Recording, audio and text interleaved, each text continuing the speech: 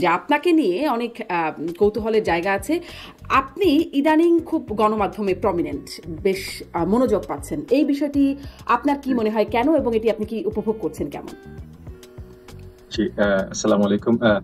শামীম চৌধুরী, আপনাকে অসংখ্য ধন্যবাদ। ইন্টারেস্টিং কথা বলেছেন যে গণমাধ্যমে প্রমিনেন্স পাচ্ছেন।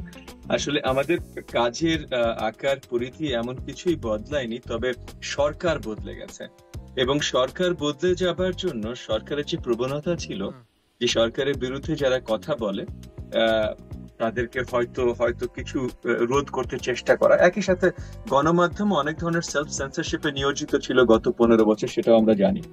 তো এগুলো হতে পারে, এগুলো অনেক কারণ যার জন্য হয়তো গণমাধ্যমে আমার আশাটা আরো কম ছিল। আমার কর্মকাণ্ডগুলো হয়তো খবরে বা সব জায়গায় হয়তো আরেকটু কম আসতো, এখন ওই সরকার আর নেই, তো এখন হয়তো আরো বৃদ্ধি পেয়েছে।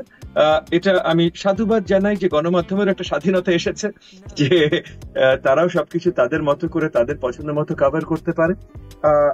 এবং হয়তো এমনও হতে পারে যে আমাদের এই যে এত বছরের তপস্যা, এত ত্যাগ স্বীকার, এত কর্মকাণ্ড, এত কাজ, এগুলোর একটা পে অফ, যে এটার মাধ্যমে জনগণও আমাদেরকে আরো আপন করে নিয়েছে এবং সেই কারণে গণমাধ্যম হয়তো আরো আপন করে নিচ্ছে। আমি জানি না, হয়তো সবকিছুর একটা মিশ্রণ। নিশ্চয়ই। মানে গণমাধ্যমে তখন আবার আপনাদের মানে আপনি বিশেষ করে খুব মনোযোগ, মানে যেটি বলছিলাম যে এই ইদানিং খুব বেশি মনোযোগ পাচ্ছেন, এতটা মনোযোগ আগে না পেলেও, মানে ধরেন সরকারের যারা কঠোর সমালোচক ছিল, বিএনপি বা বাম দলের বিভিন্ন নেতারা, তারা অবশ্য আসতেন। অবশ্য আপনি অনেকগুলো বিশ্লেষণ বলেছেন যে এটি সবগুলোর একটা সম্মেলন হতে পারে। একটু মানে যেটি বলছিলাম যে আপনাকে নিয়ে মানুষের আগ্রহের কথা বা কৌতূহলের কথাটা, সেটি আরো শতগুণ বেড়ে যায় যখন আপনার বাবার পরিচয়টা সামনে আসে, মানুষ যখন জানতে পারে আপনি মুসা বিন শমশেরের পুত্র। এবং একটু সেই বিষয়টাতে একটু জানি যে তাকে ডাকা হয় প্রিন্স মুসা বিন শমশের, কেন তার নামের সাথে প্রিন্স যুক্ত করা হয় সেটি একটু শুনবো। এবং তাকে নিয়ে যে জায়গাটা, তার জীবনাচরণ, মানে আমরা আসলেই শুনেছি যে তিনি এক ঘড়ি দুইবার পরেন না, এক জামা কাপড় দুইবার পরেন না, খুবই বিলাসী তার জীবনযাপন। আসলে বাস্তবতাটা কেমন আপনার কাছ থেকে শুনতে চাই, কারণ আবার উল্টো ঘটনা, যখন তিনি ডিবি কার্যালয়ে তাকে জিজ্ঞাসাবাদের জন্য গিয়েছিল, মানে নেওয়া হয়েছিল, তখন ডিবির তৎকালীন কমিশনার হারুনুর রশিদ, আলোচিত হারুন, তিনি বলেছেন যে মুসা বিন শমশের যে অঢেল সম্পদের মালিক দাবি করেন সেটি ভুয়া। মানে দুই রকম তথ্যই আমাদের কাছে আসছে, একটু আপনি স্পষ্ট করবেন। তথ্য কোনোটাই না। প্রথমত আমি স্পষ্ট করি যে আমার বাবা যেহেতু খুব স্বনামধন্য ব্যবসায়ী ছিলেন এবং বিশ্বব্যাপী উনি ওনার ব্যবসা দাঁড়া করিয়েছিলেন, এবং ওনার অনেক বন্ধুত্ব ছিল, স্পেশালি আপনার মধ্যপ্রাচ্যে রাজ পরিবারগুলোর সাথে ওনার খুব শক্ত গভীর বন্ধুত্ব ছিল। ওনার সবচেয়ে কাছের সিনিয়র বন্ধু বা সবচেয়ে কাছের বন্ধুর মধ্যে একজন ছিলেন হলো প্রিন্স সুলতান। উনি বহু বছর, মানে কয়েক দশক সৌদি আরবের আপনার ডিফেন্স মিনিস্টারের রোল প্লে করেছেন, এবং উনি সেকেন্ড মানে ওই আপনার রয়্যাল ফ্যামিলি হায়ারার্কিতে অনেক বছর উনি সেকেন্ড ছিলেন আর কি। তো ওনার সাথে খুব ভালো সম্পর্ক ছিল, এবং উনি যেহেতু বয়সে আমার বাবার থেকে অনেক বড় ছিলেন, হয়তো আদর করেই আমার বাবাকে প্রিন্স ডাকতেন, যে আমি প্রিন্স সৌদি আরবের, তুমি প্রিন্স বাংলাদেশ, এরকম করে ডাকতেন। এবং একটা সময় প্রিন্স সুলতানের সাথে আমাদের তখনকার মানে প্রয়াত বাট তখন প্রেসিডেন্ট ছিলেন প্রেসিডেন্ট হোসেন মোহাম্মদ এরশাদের একটা ভালো পরিচয় হয়।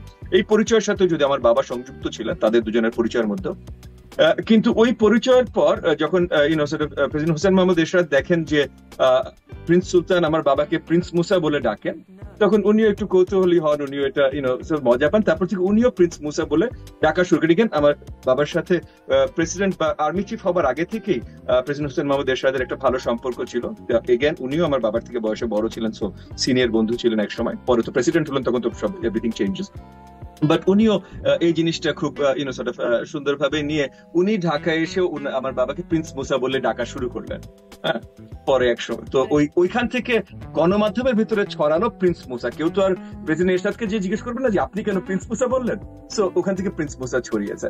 এবং এগেন যেহেতু প্রিন্স সুলতান ডাকতেন, মধ্যপ্রাচ্যের অনেকেই তাকে প্রিন্স মুসা হিসেবেই চিনতেন, কারণ প্রিন্স সুলতানের মতো একটা বড় মানুষ যখন প্রিন্স মুসা বলে ডাকেন তখন অটোমেটিক্যালি একটা পরিচিতি পেয়ে যায়। এটা হলো ওনার প্রিন্সের নামকরণ বা উপাধিটা কিভাবে আসলো। আপনি ধন সম্পদের কথা বলেন, অবশ্যই আমার বাবা অনেক কষ্ট করে অনেক জিনিস তৈরি করেছেন, অনেক ব্যবসা তৈরি করেছেন, এবং সেই ব্যবসাগুলোর মাধ্যমে দেশের জনগণের জন্য অনেক বড় অবদান রাখতে চেষ্টা করেছেন এবং রেখেছেন। একই সাথে উনি শৌখিন মানুষ ছিলেন। উনি আমি ছোটবেলার কথা বলতে পারি যে আমরা ছোটবেলায় বছরের 6 মাসের বেশি ওনাকে দেখতাম না। মানে 1 সপ্তাহ দেখতাম তো 2 সপ্তাহ দেখতাম না, 1 মাস দেখতাম তো 2 মাস দেখতাম না। এবং দেখতাম না কেন? কারণ উনি দেশ বিদেশে কাজের জন্য দৌড়াচ্ছেন, মানে ব্যবসায়িক কাজের জন্য দৌড়ে বেড়াচ্ছেন। সো উনি সারাক্ষণ কাজের মধ্যে ছিলেন। মানে আমরা যখন ছোট ছিলাম, আমি 70 দশকের কথা বলছি, 80 দশকের কথা বলছি, তখন মোবাইল ফোন ছিল না। আমাদের বাসার 2-3টা ফোন ছিল।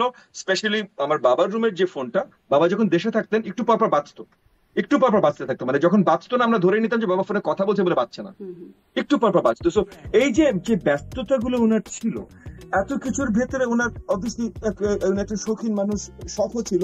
সো উনি অনেক দামি ঘড়ি কিনতেন, অনেক দামি কাপড় চোপড় কিনতেন। এগুলো সব সত্যি কথা এবং এগুলো একসময় ছিল। এখন উনি অনেক অসুস্থ। আমি আপনার শোর মাধ্যমে সবাইকে, সবার প্রতি একটু আবেদন জানাবো ওনার জন্য দোয়া করতে। বাট হ্যাঁ, উনি যখন সুস্থ ছিলেন উনি প্রচন্ড শৌখিন ছিলেন এবং এগুলো অনেক কিছু অ্যাকচুয়ালি উনার ছিল, উনি করতেন।